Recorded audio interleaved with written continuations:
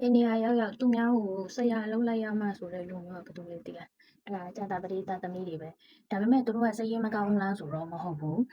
ညံရည်လည်းထက်မြက်တယ်ပြီးတော့စိတ်ရင်းလည်းကောင်းတယ်ပလာဟိတစိတ်လည်းအရန်များတယ်ဒါပေမဲ့သူတို့ကဘလောက်ပဲသူများအကျိုးဆောင်ပြီးကိုဒုက္ခရောက်သွားအောင်ပဲကိုညီညီလူတွေကသူတို့ကိုအကောင်းမမြင်ကြဘူးသူတို့ကကူတော့ကူညီတယ်ပြောဆိုဆက်ဆံတဲ့အခါမှာအမြဲတမ်းအထက်စီးရပဲအဲ့ဒါကြောင့်မို့လို့လူတွေကသူတို့ကို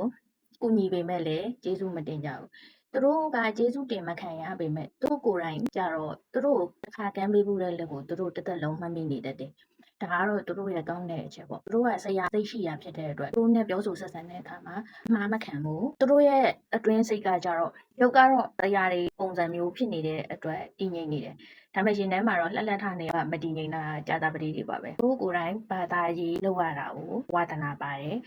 အများကိုလည်းသူတို့ကကူညီနိုင်တယ်ညံရင်လည်းထက်မြက်တယ်ဒါပေမဲ့စကားပြောတဲ့အခါမှာဆရာလုံးတဲ့ပုံစံမျိုးဖြစ်သွားတဲ့အတွက်အနေလေးစင်ကျင်ဖို့တော့ပြောချင်တယ်ခုခုကိုတွေးတဲ့အခါမှာသူတို့တွေကလုံးဝဘက်မလိုက်ဘူးသူတို့ကဘယ်သူမျက်နှာမှမကြည့်ဘူး။ရဲတာချမ်းသာတာရုပ်ချောတာရုပ်ဆိုတာဘယ်အောင်မှမကြည့်ဘူး။မျှတတာရှိဖို့တစ်ခုတည်းကိုပဲသူတို့ကြည့်တယ်ပေါ့။လူတန်းလောက်ရတာလည်းဝါသနာပါတယ်။ဒီလိုကြာတာပတိကိုအိမ်အောင်ဘက်ဖြစ်သူအဖြစ်ရွေးချယ်မယ်ဆိုလို့ရှိရင်တော့သူ့ရဲ့ပရာဟိတဝါသနာပါတဲ့စိတ်ကိုတားလို့တော့အဆင်မပြေဘူးပေါ့။ကြာတာပတိသားသမီးတွေကတကယ်ကောင်းတဲ့